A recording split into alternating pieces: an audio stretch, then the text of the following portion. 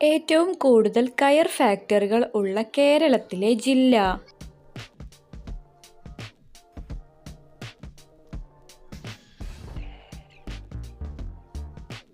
ആലപ്പുഴ.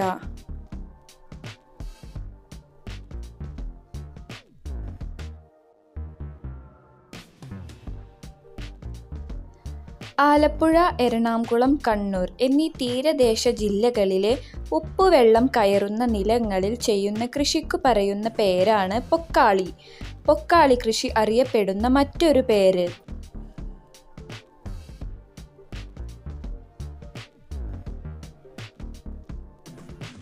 കൈപ്പാട് കൃഷി.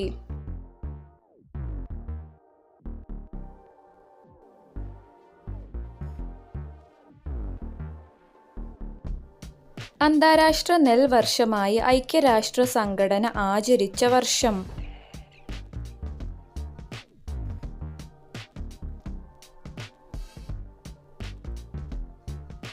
2024.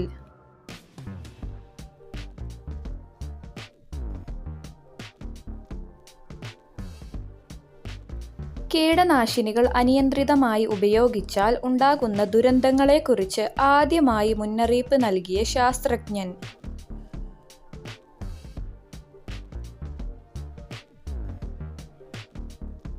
Rachel Carson.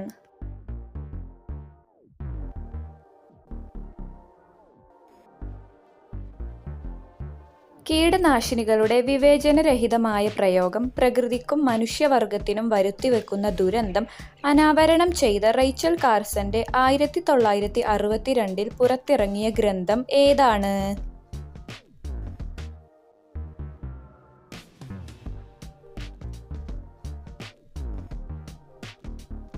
നിശബ്ദ വിപ്ലവം അഥവാ the silent spring.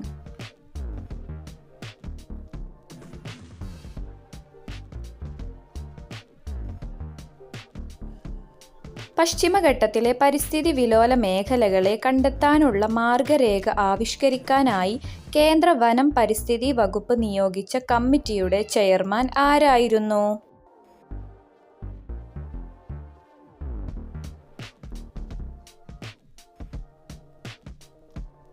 Madhav Gadgil.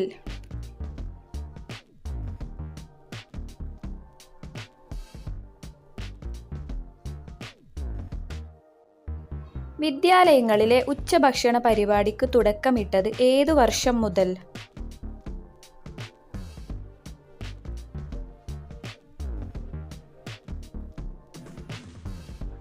1995 മുതൽ.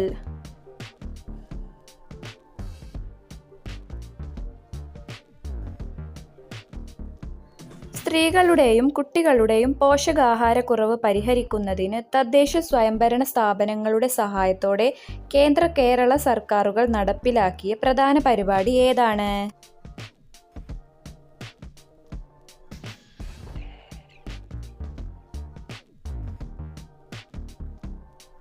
സംയോജിത ശിശു വികസന പരിപാടി.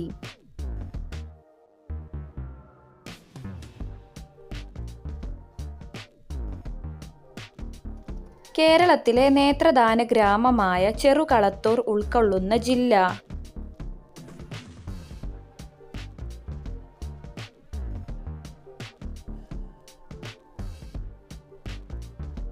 കോഴിക്കോട്.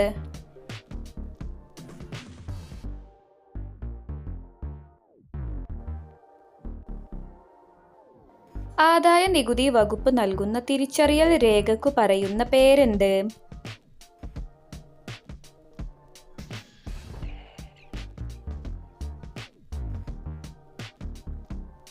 Pan card.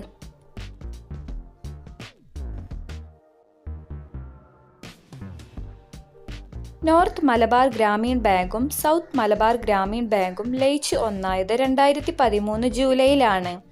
ഇപ്പോൾ ആ ബാങ്ക് ഏതു പേരിലാണ് അറിയപ്പെടുന്നത്?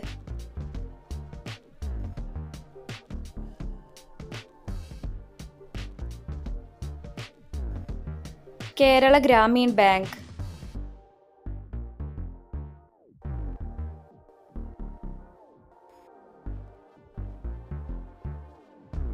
വ്യവസായം കൊണ്ട് ഏറ്റവും സമ്പന്നമായ ഇന്ത്യൻ സംസ്ഥാനം ഏതാണ്?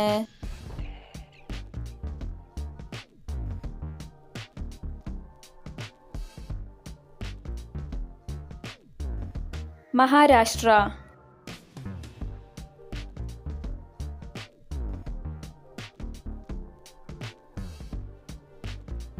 കേരളത്തിലെ മികച്ച തദ്ദേശ സ്വയംഭരണ സ്ഥാപനങ്ങൾക്ക് സർക്കാർ നൽകി വരുന്ന അംഗീകാരം ഏതാണ്?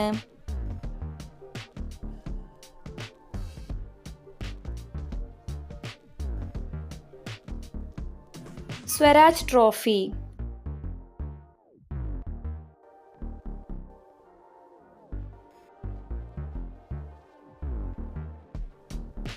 ഇന്ത്യയിലെ ആദ്യത്തെ ടൂറിസം ഗ്രാമം ഏതാണ്?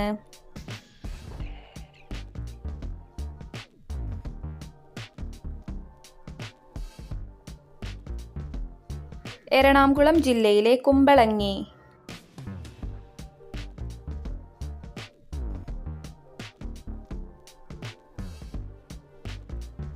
മൂന്നാർ, ദേവികുളം, നീലഗിരി എന്നിവിടങ്ങളിൽ കണ്ടുവരുന്ന വരയാടിന്റെ മറ്റൊരു പേര് എന്താണ്?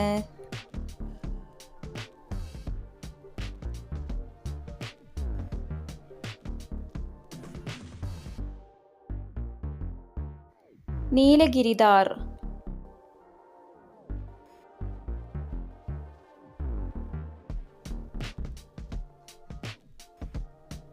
ലോക നാളികേര ദിനം എന്നാണ്?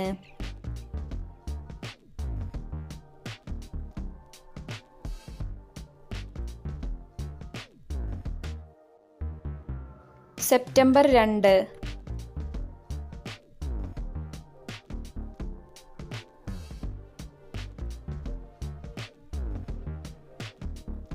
ദേശീയ കർഷക ദിനം ആചരിക്കുന്ന ദിനം?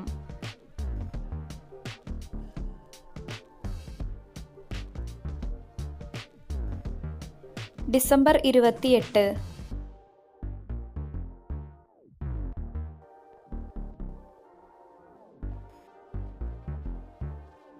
സംസ്ഥാനത്തെ ആരോഗ്യ സേവനങ്ങൾ ഓൺലൈനായി ലഭിക്കുന്നതിനായുള്ള കേരള സർക്കാർ വെബ് പോർട്ടൽ ഏതാണ്?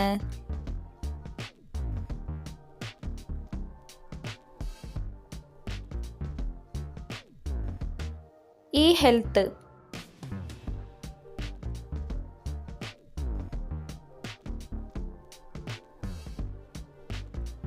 ലാപ്ടോപ്പ് സെർവർ ഉൽപാദന രംഗത്ത് ഇന്ത്യയിലെ ആദ്യ പൊതു സ്വകാര്യ സംരംഭം?